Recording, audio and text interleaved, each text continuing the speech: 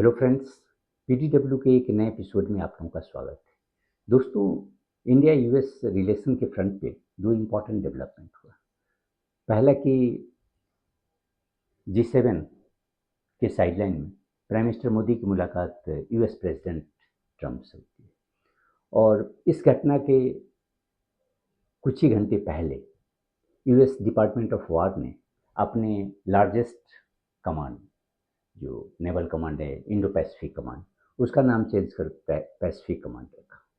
तो आज हम एपिसोड में इन्हीं दो मुद्दों की चर्चा करेंगे और इसके क्या इम्प्लीकेशन है for India and the wider world, इसको समझने की कोशिश करेंगे।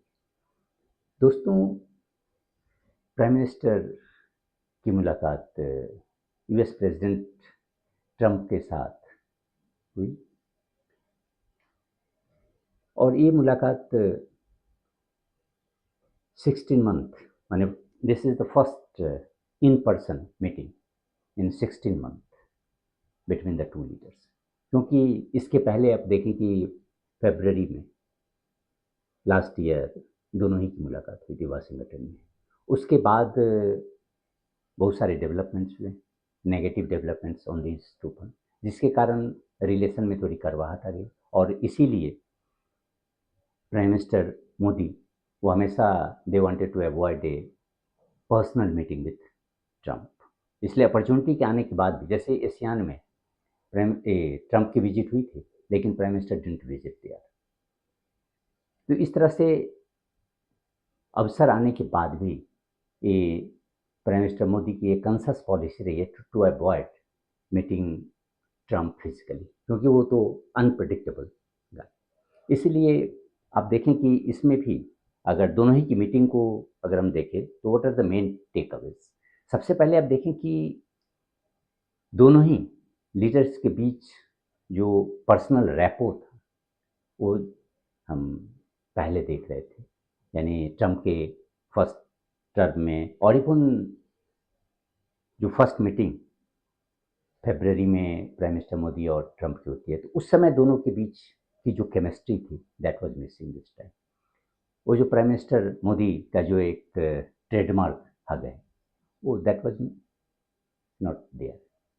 वो गले नहीं मिलते हैं प्रेसिडेंट ट्रंप से, बल्कि उसे हैंडशेक होता है और ये बताता है कि दोनों के बीच का जो एक गर्माहट थी और एक पर्सनल रैपो था वो किस तरह से डैमेज हुआ है ड्यू टू वेरियस रीजंस और कहें कि various actions taken by the US administration and it's officials.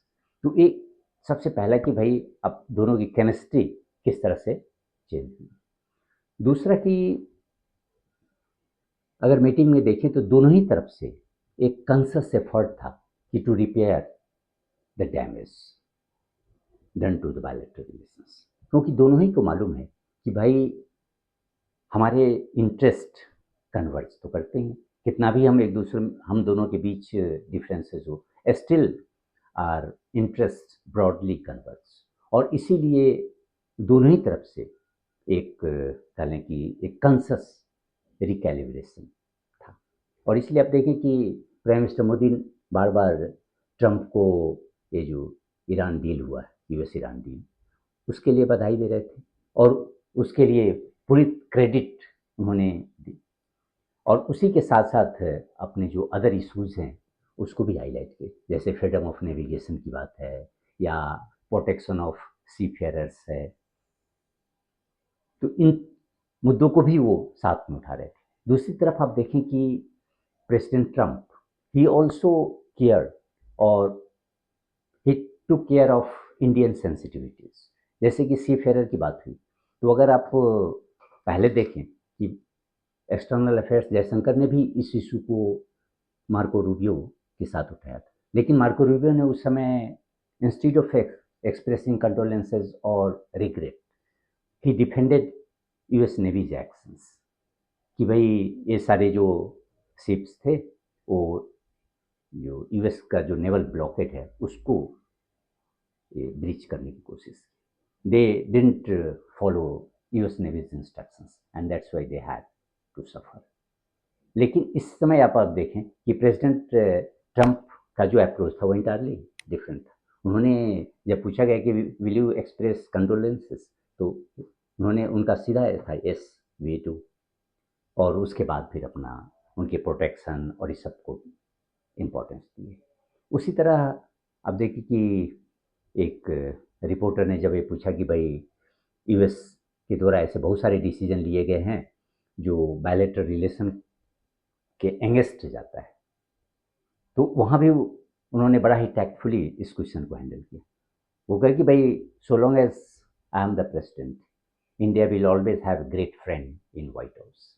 तो इस तरह से अगर आप देखें कि प्राइम मिनिस्टर मोदी और प्रेसिडेंट ट्रंप दोनों ही ने ऑप्टिक्स मैनेज करने की कोशिश की।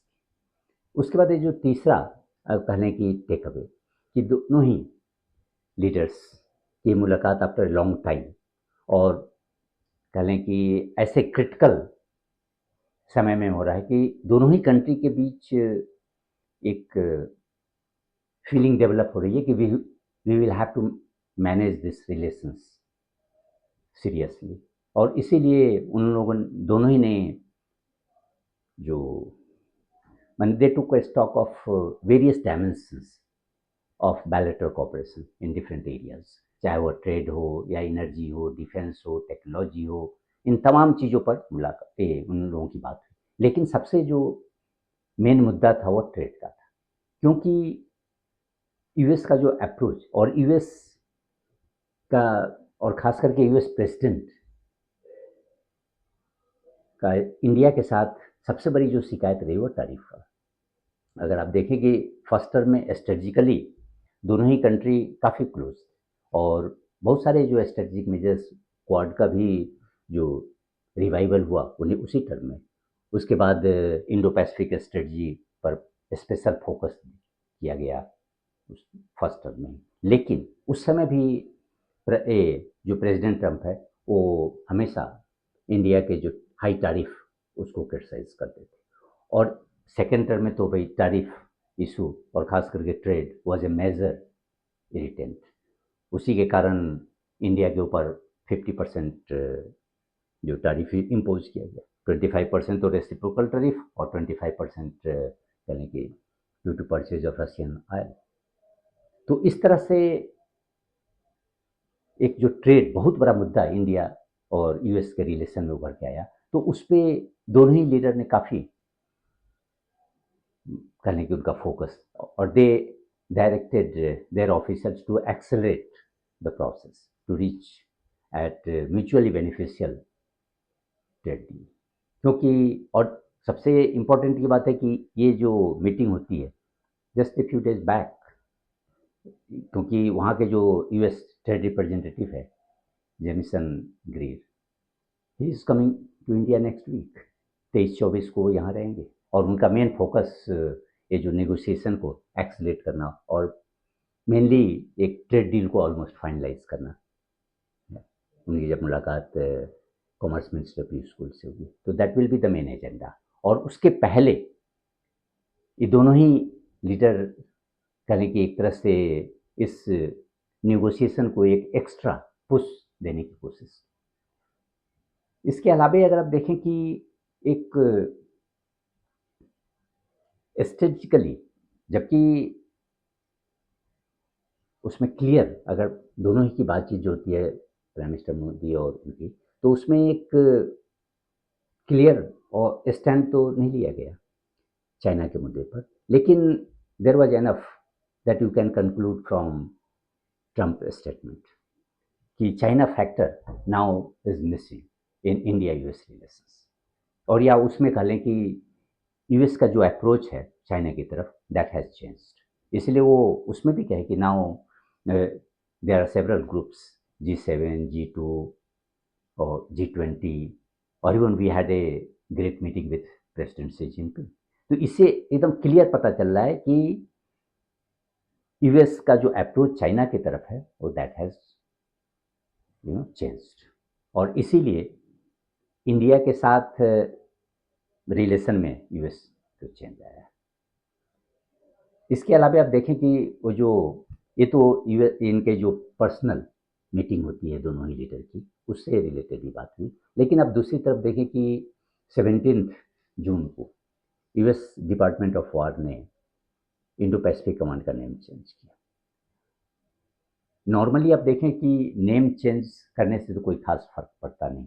अगर आप कहें कि भाई कोई भी चीज़ का नाम लें या कोई फ्रूट्स ही ले लें, अगर आम को आप लीची कर दें तो it doesn't make any difference, क्योंकि आम जो आम ही रहेगा, उसका जो टेस्ट है या उसका जो texture, everything is not going to get affected. लेकिन जियो पॉलिटिक्स में अगर आप देखें कि name nomenclature does have very important significance, क्योंकि वो चाहे माउंटेन्स का हो या किसी भी ज्योग्राफिकल फीचर्स का भी अगर आप नाम लेते हैं तो वो सर्टेन रोल प्ले करता है, चाहे वो परसेप्शन क्रिएट करने में या it does indicate about A sphere of influence या सॉवरेंटी, बहुत सारे उसके इम्प्लीकेशंस होते हैं। जैसे फॉर एग्जांपल आप देखें कि भाई साउथ चाइना सी को, तो फिलीपींस साउथ चाइना सी को वेस्ट फिलीपींस सी कहता है, क्योंकि उसका एक पर्पस है, वो एक मैसेज कन्वे करना चाहता है कि ये जो waters not exclusively belong to China, यानी we are equal stakeholders in this ocean. तो इसलिए साउथ चाइना सी को वो वेस्ट फिलीपींस। उसी तरह आप देखिए कि पर्शियन गल्फ, तो पर्शियन गल्फ को अरब गल्फ नहीं कहते हैं, अरेबियन गल्फ, क्योंकि अगर आप देखें तो भाई एक साइड में तो पर्सिया है, ईस्टर्न साइड, और उसके दूसरी तरफ आप देखें तो अरब कंट्रीज है, चाहे वो ओमान हो या यूएई हो, सऊदी अरेबिया हो, तो it may be called Arabian gulf, लेकिन वैसा नहीं, वो पर्शियन गल्फ है, क्योंकि वो इंडिकेट करता है कि ईरान का किस तरह से उस रीजन में इन्फ्लुएंस है। तो वो इसी तरह अगर ये नाम चेंज किया गया तो it does have some significance, it does send a message to the countries affected by this nomenclature. अगर आप देखें कि ये ऑफिशियली तो अभी चेंज हुआ है, लेकिन last month US defence secretary पीट हेग्सेथ की का स्पीच हुआ था संग्रीला डायलॉग में, सिंगापुर के जो संग्रीला डायलॉग 2026 में, और उसमें जो थीम था और even the topic in which he was giving the lecture, it was US strategy for piece in Indo Pacific. लेकिन उस स्पीच को अगर आप पूरी तरह देखें तो उसमें ही didn't refer to Indo Pacific. Instead of that, he always referred US strategy in Pacific, या burden sharing with the allies in Pacific, या deterrence against China in Pacific, इस तरह से उन्होंने। He didn't refer to India even once while discussing security in Pacific. India का उन्होंने चर्चा किया ऑलमोस्ट कह लें कि टोटल स्पीच में 5 times, और even that was in the context of south Asia and the Indian ocean, वो एक साथ नहीं।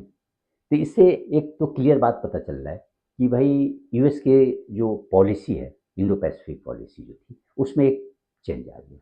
क्योंकि अगर आप बैक में जाएं तो ओबामा एडमिनिस्ट्रेशन, फिर उसके बाद ट्रंप का जो पहला टर्म है, उसके बाद बाइडेन एडमिनिस्ट्रेशन, इन सबों में जो इंडो पैसिफिक है, यानी they regarded Indian Ocean and Pacific Ocean as a single integrated strategic theatre, और उसमें इंडिया का रोल एक सेंट्रल पिलर के तौर पर देखा गया था। लेकिन अब जो पॉलिसी है, अब जो पीट हेग्सेथ का जो स्पीच था, उसमें एक क्लियर हो गया कि they do not see, US doesn't see Indian Ocean and the Pacific Ocean as single theatre, they have clear division. Now they are focusing on Indian Ocean, और उसमें इंडियन ओशन और South Asia, वहाँ India का role बड़ा ही critical माना जाता है, और उसमें US is still committed to strengthening India's defense modernization or providing all sorts of help to modernize Indian military. उसमें को प्रोडक्शन की बात होती है और transport, sale of defence equipment, everything is there. दूसरी तरफ अगर पैसिफिक की बात होती है तो जो यूएस के जो पैसिफिक और ट्रीटी एलाइज हैं, चाहे वो साउथ कोरिया हो, जापान हो, फिलीपींस है, ऑस्ट्रेलिया है, इन सबों की बात होती है, और उस पर ही सारा फोकस होता है। तो इससे एकदम क्लियर हो गया कि भाई यूएस अब अपनी जो पॉलिसी है वो जो इंडो पैसिफिक उसको चेंज किया और इसको अगर आप देखें कि why, what is the reason for this change, what do you think? अभी तक तो यूएस की जो पॉलिसी थी वो बेसिकली कंटेनमेंट की पॉलिसी थी, कंटेन चाइना, और इसीलिए यूएस का जो अप्रोच था कि we should build a coalition of regional powers which will act और which will arrest the growth of China. लेकिन over a period of time US को यह रियलाइज हुआ कि we are not going to succeed in this effort despite all the policy of Indo Pacific या China plus one strategy है या even resilient supply chain, माने all this tools against China. उसके बाद भी अगर हम देखें तो China continues to be the most dominant industrial manufacturing hub. It continues to have monopoly over critical minerals supply। उसी तरह जो भी एडवांस टेक्नोलॉजी अभी जो फ्रंटियर टेक्नोलॉजी है, चाहे एआई हो या क्वांटम कंप्यूटिंग हो, इन सबों में China is far head of others. तो इस तरह से इवन अगर आप जियोपॉलिटिकली भी देखें तो जियोपॉलिटिकल इन्फ्लुएंस चाइना का बढ़ा है, ऐसा नहीं है कि चाइना का घटा है, और even economically China is still flourishing. So despite all the anti-China measures taken by the US, it has failed to contain or arrest the rise of China at the global level। तो इसीलिए अब US को एक हो रहा है कि नहीं, we should change the policy, we can not contain China, instead अब हमको मैनेज करना है, माने it has to manage relations with China through various measures. उसमें हम कह सकते हैं कि कंपटीशन तो कंटिन्यू रहेगा, कंपटीशन है, इवन सिलेक्टिव कॉपरेशन, और to some extent they will have to accommodate even Chinese aspirations. तो इस तरह से there will be a mix of policies towards China. और the moment US is now indulging in engagement with और construct इसको कह सकते हैं कि कंस्ट्रक्टिव इंगेजमेंट विद चाइना, तो उसमें फिर इंडिया का जो स्ट्रेटेजिक रोल पहले था दैट वोंट बी देयर। अब यूएस का फोकस है, ठीक है, वो डेटरेंस अभी भी बिल्ड कर रहा है भाई, लेकिन वो अब एक रीजनल कोलिशन बिल्ड करने की बात थी, वो दैट इज मिसिंग। और इसीलिए अगर आप देखें कि, और उसका एक और कारण है कि अगर 2010 के आसपास देखें तो उस समय एक बिलीफ था, और इवन उस समय के जो थिंकर्स और इवन स्ट्रेटेजिक एनालिस्ट थे, उनका एक असम्पशन था कि भाई in the time ahead there will be माने growth in the importance of Indian Ocean, क्योंकि और उसी के कारण वो समझते थे कि भाई जैसे ही चाइना राइज करेगा तो इंडियन ओशन का भी इम्पोर्टेंस बढ़ेगा। क्यों कि जो चाइना है वो तो डिपेंडेंट है अपने एनर्जी सप्लाई के लिए वो एशियन इंडियन ओशन के ही रूट से। तो जैसे ही अगर यूएस और चाइना की राइवलरी और बढ़ती जाती, इंटेंसिफाइड होती, तो यूएस अपने प्रेजेंस को through range of coalition partners और regional partners, they wanted to build strength in Indian Ocean, ताकि कभी भी अगर हम इन यूएस और चाइना के बीच टेंशन बढ़े तो they can control the sea lanes. लेकिन चाइना ने अपना काफ़ी स्ट्रेटजिकली अपने को इस ये जो कहते हैं ना मलक्का डायलेमा, उससे बहुत हद तक बचाने की कोशिश। उसने अपना एक ओवरलैंड पाइपलाइन के थ्रू एनर्जी इंपोर्ट करना शुरू कर दिया। सारी जो सेंट्रल एशियन कंट्री ये बोनी Russia, they have overland pipeline, तो उसका जो चाइना का जो डिपेंडेंस सी लेन पर था वो बहुत हद तक कम हो गया अपने एनर्जी के कारण।